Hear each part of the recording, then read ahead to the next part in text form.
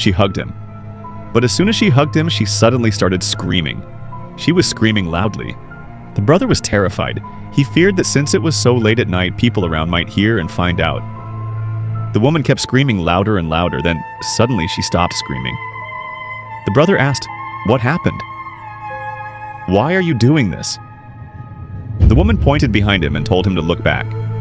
Hesitantly, the brother turned around. And there, he saw his deceased wife standing there, just as she was at the time of her death, with a broken glass shard lodged in her throat. She was standing there smiling, and blood was gushing out of her neck. The brother lost consciousness on the spot. The next morning, people around the neighborhood found someone lying there and gathered to check what had happened. They helped him up and questioned him.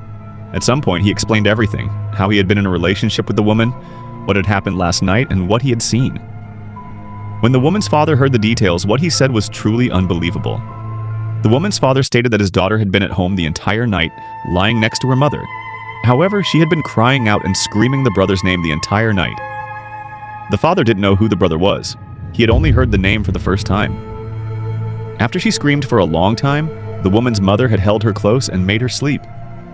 But that night, when everything happened that night, she had never left the house. So who was the girl that hugged him that night?